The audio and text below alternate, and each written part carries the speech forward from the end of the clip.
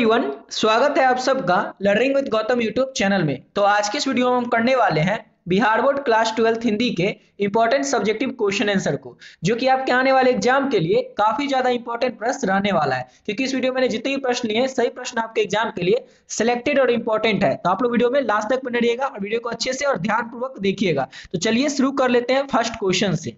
और पहला क्वेश्चन है हमारा, आर्ट ऑफ कन्वर्सेशन क्या होता है। तो आर्ट ऑफ कन्वर्सेशन जो है ये बोलने की वह कला होती है जो कि सहज होती है, यानी कि सरल होती है, और दूसरे के कान को सुनने पर सुख मिलती है, उसे ही आर्ट ऑफ कन्वर्सेशन कहते हैं। और ये जो हुनर है, ये जो कला है, ये यूरोप के लोगों में काफी ज्यादा प्रचलित है। ये हुनर किस लोगों में, कहाँ के लोगों में, यूरोप के लोगों में है, और उसे ही हम लोग आर्ट ऑफ कन्वर्सेशन कहते हैं। इसमें याद करने जैसा कुछ है ही नहीं, बस आपको समझना है कि आर्ट ऑफ कन्वर्सेशन क्या है। तो आर्ट ऑफ कन्वर्सेशन जो होता है ना, एक बोलने की कला होती है, एक ऐसी कला होती है जब कोई व्यक्ति बोलता है तो उसको जो सुनने वाला व्यक्ति होता है उसके कान को सुनने पर सुख मिलती है, तो उसे ही क्या कहा जाता है, तो आर्ट ऑफ कन्वर्सेशन कहा जाता है। और ये जो हुनर है, ये जो बोलने की कला है, यूरोप के लोगों में काफी ज्यादा प्रचलित है। इसको बस याद रखिएगा, यही होता है आर्ट ऑफ कन्वर्सेशन। एक वर्ड में आपको याद रखना है कि आर्ट ऑफ कन्वर्सेशन जो है बोलने की कला होती है। समझ गए? चलिए अगला क्वेश्चन करते हैं। अगला क्वेश्चन है, बुद्ध ने आनंद से क्या कहा था। बुद्ध जो थे उन्होंने आनंद से क्या कहा था। तो बुद्ध ने आनंद से कहा था, आनंद, मैंने जो धर्म चलाया था वो 500 सहस्त्र वर्ष तक चलने वाला था, किंतु अब केवल 500 वर्ष ही चलेगा। क्यों चलेगा? क्योंकि मैंने नारियों को भिक्षुणी बनने का अधिकार दे दिया है। सिंपल सा क्वेश्चन है कि बुद्ध ने आनंद से क्या कहा था, कौन सी बात कही थी। तो बुद्ध ने आनंद से कहा था, आनंद, मैंने जो धर्म चलाया था ना वो 500 सहस्त्र वर्ष तक पहले चलने वाला था, लेकिन अब केवल और केवल 500 वर्ष ही चलेगा। क्यों चलेगा? क्योंकि मैंने नारियों को भिक्षुणी बनने का अधिकार दे दिया है। अगला क्वेश्चन करते हैं। और नेक्स्ट क्वेश्चन है कि प्रथम पद में तुलसी ने अपना परिचय किस प्रकार से दिया है। तुलसीदास के द्वारा रचित जो पद है उस पद में तुलसीदास ने अपना परिचय किस रूप में दिया है। तो प्रथम पद में तुलसी ने अपने को दीन, अंगहीन, क्षीण, मलिन और पापी कहकर परिचय दिया है, तथा यह बताया है कि दीनता के कारण वह भीख मांगता है, और वह भी अपने को रामदास कहकर, यानी कि राम का दास कहकर। जो तुलसीदास है वो दीनता के कारण यानी कि गरीबी के कारण वो भीख मांगकर अपना निर्वाह करते हैं, और वो जो भीख मांगते हैं तो राम का नाम लेकर, राम का दास कहकर ही भीख मांगते हैं। तो प्रथम पद में तुलसी ने अपना परिचय जो है किस तरह से दिया, आपको बस ये पॉइंट याद रखना है, दीन कहकर, अंगहीन कहकर, क्षीण और मलिन और पापी कहकर प्रथम पद में, पहले पद में तुलसीदास ने अपना परिचय दिया है। इसको अच्छे से याद रखिएगा इस तरह से। अगला क्वेश्चन है कि तिरिच क्या है और ये कहानी में किसका प्रतीक है। तो तिरिच जो होता है ना, ये तिरिच एक छिपकली होता है जिसे जो जहरीला लिजार्ड होता है, या जिसे हम जहरीला लिजार्ड भी कहते हैं, या फिर आमतौर पर बोलचाल की भाषा में इसे हम विस्खापर भी कहते हैं। तो तिरिच क्या होता है, तो ये एक विस्खापर होता है, लिजार्ड के जैसे होता है, यानी कि छिपकली के जैसे होता है, लेकिन थोड़ा उससे बड़ा होता है, और अधिकतर ये जंगलों में पाया जाता है। लेकिन ये कहानी, जो तिरिच कहानी है, उसमें जो तिरिच है वो तिरिच किस चीज का प्रतीक है। तो ये जो है प्रचलित विश्वासों और रूढ़ियों का प्रतीक है, जो बहुत दिनों से प्रचलित कुछ विश्वास, कुछ रूढ़ि युक्त धारा चली आ रही है, उसका प्रतीक है तिरिच कहानी में तिरिच। और तिरिच है क्या, तो एक विस्खापर है।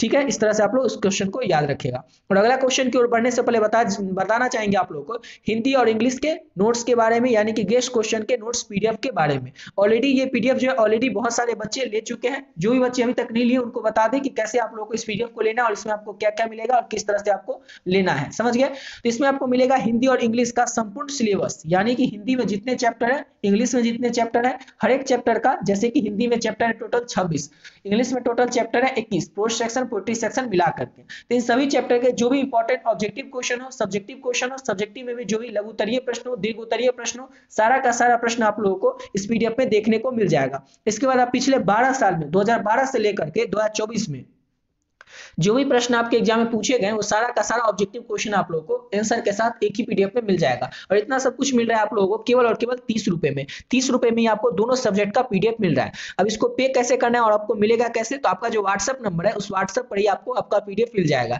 ये नंबर है 7903820891। इस नंबर पर आपको क्या करना है, फोन पे, गूगल पे, पेटीएम किसी माध्यम से केवल और केवल 30 रुपए ही पे कर देना है। 30 रुपए में आपको दोनों सब्जेक्ट का पीडीएफ मिल जाएगा। पे करके क्या करना है, इसी नंबर से जो व्हाट्सएप है उस व्हाट्सएप पे आपको स्क्रीनशॉट भी भेज देना है, और स्क्रीनशॉट भेजने के बाद बस एक छोटा सा मैसेज कर देना हिंदी और इंग्लिश, जिससे ये पता चल जाए कि आपको हिंदी और इंग्लिश का पीडीएफ चाहिए। आपको जो पीडीएफ है दोनों सब्जेक्ट का, हिंदी और इंग्लिश का इंपॉर्टेंट क्वेश्चन का पीडीएफ, जिसमें कि ऑब्जेक्टिव और सब्जेक्टिव दोनों रहेगा, तो तुरंत मिल जाएगा। और इस पीडीएफ को अगर आप लोग अच्छे तरीके से कर लेते हैं तो आपके एग्जाम में जो भी प्रश्न आएंगे उसका 99% क्वेश्चन आप लोगों को इसी पीडीएफ से देखने को मिल जाएगा। क्योंकि एग्जाम में कोई भी क्वेश्चन है, कहीं से भी क्वेश्चन है, तो आएगा तो बुक से ही और बुक के किसी चैप्टर से ही। और यहाँ पर आप लोगों को हिंदी और इंग्लिश दोनों सब्जेक्ट में जितने भी चैप्टर है उस चैप्टर के जो भी ऑब्जेक्टिव है या फिर जो भी सब्जेक्टिव जो कि इंपॉर्टेंट है आपके एग्जाम के लिए, सारा का सारा इसमें ऐड कर दिया गया है। तो जो भी बच्चे अभी तक इस पीडीएफ को नहीं लिए जरूर ले लीजिएगा और आप लोग इसको पढ़ करके अपने एग्जाम में और बेहतर नंबर ला सकते हैं। चलिए बातें अपने अगले क्वेश्चन पे।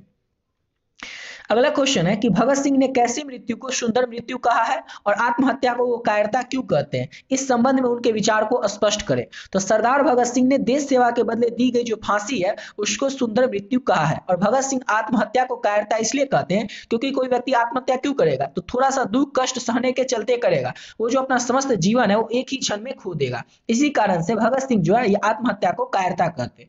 दो एक ही प्रश्न में दो प्रश्न है। पहला प्रश्न ये है कि भगत सिंह ने कैसी मृत्यु को सुंदर मृत्यु कहा है, तो एक वर्ड में आपको याद रखना है देश सेवा के बदले में दी गई फांसी को।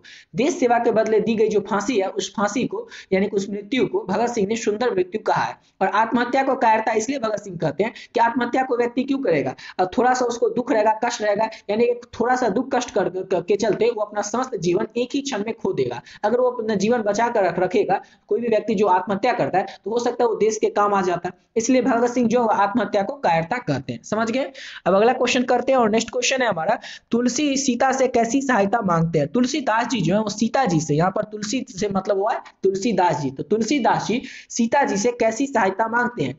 तुलसी सीता से वचनों की सहायता मांगते हैं, वचन मतलब बोली की सहायता मांगते हैं अर्थात वाणी की सहायता मांगते हैं। सीता माता से वह कहते हैं यदि प्रभु मेरा नाम दशा पूछे तो यह बता देना कि मैं दीनहीन निर्बल हूं और उन्हीं का नाम लेकर पेट भरता हूं। तुलसीदास जो है वो सीता जी से वचन यानी कि बोली की सहायता मांगती है, बोली मतलब वाणी जो कहते हैं, आवाज जो कहते हैं, उसकी सहायता मांगते हैं। सीता जी से वो कहते हैं तुलसीदास जी कि जब भी प्रभु श्री रामचंद्र जी जब भी मेरा हाल पूछे कि कैसे हैं तो तुलसीदास जी, तो उन्हें बता देना कि मैं दीनहीन निर्बल हूं और उन्हीं का नाम लेकर यानी कि श्री रामचंद्र जी का ही नाम लेकर अपना पेट भरता हूं। तो इस तरह की सहायता चाहते हैं तुलसीदास जी सीता जी से। समझ गए। चलिए अगला क्वेश्चन करते हैं। इसमें बस आपको एक वर्ड याद रखना है कि तुलसी सीता से कैसी सहायता मांगती है, तो वाणी यानी कि बोली की सहायता मांगती है।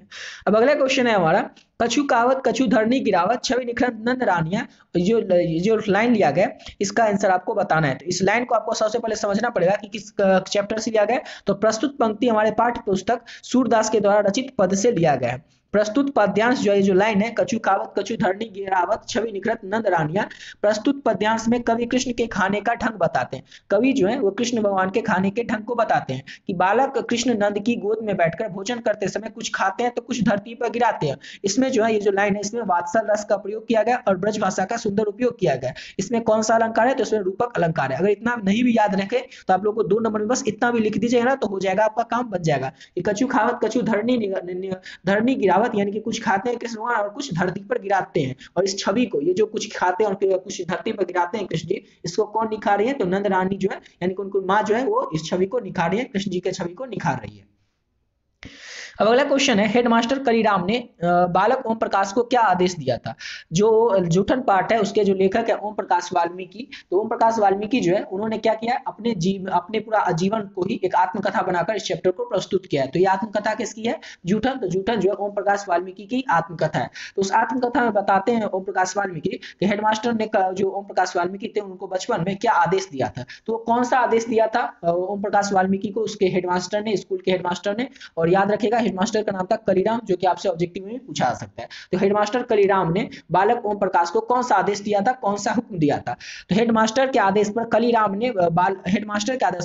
ने बालक ओम प्रकाश को आदेश दिया कि स्कूल के कमरे बरामदे साफ करने के लिए, तभी वो खुद चलकर आए और बोले कि इस मैदान को भी साफ कर दो। मतलब सिंपल सा है कि आदेश ये था कि पूरा स्कूल का जितना भी कमरा है, जितना भी बरामदा है, उस सबको साफ कर दो। और फिर वो हेडमास्टर चल के आते हैं और बोलते हैं कि काम करो, कमरा तो साफ कर ही दिया, बरामदा तो साफ कर ही दिया, साथ ही साथ ये जो पूरा मैदान है इस पूरा मैदान को भी साफ कर दो। तो ये जो है ये हुक्म दिया था हेडमास्टर कलीराम ने बालक ओम प्रकाश को। तो इसको अच्छे तरीके से याद रखिएगा। इसी के साथ वीडियो पे कंप्लीट करते हैं। आशा करता हूँ आप लोग को वीडियो अच्छा लगा होगा। अभी तक जो भी बच्चे उस पीडीएफ को नहीं लिए, ऊपर जो गेस्ट क्वेश्चन का पीडीएफ आपको बताएं तो जरूर ले लीजिएगा। उस पर जितना क्वेश्चन है अगर आप लोग उसको अच्छे से कर लेते हैं तो आपके एग्जाम में आपसे एक भी प्रश्न छूटने वाला नहीं है। तो मिलते हैं नेक्स्ट वीडियो में जिसमें कि करेंगे हिंदी के दीर्घ उत्तरीय प्रश्न उत्तर को।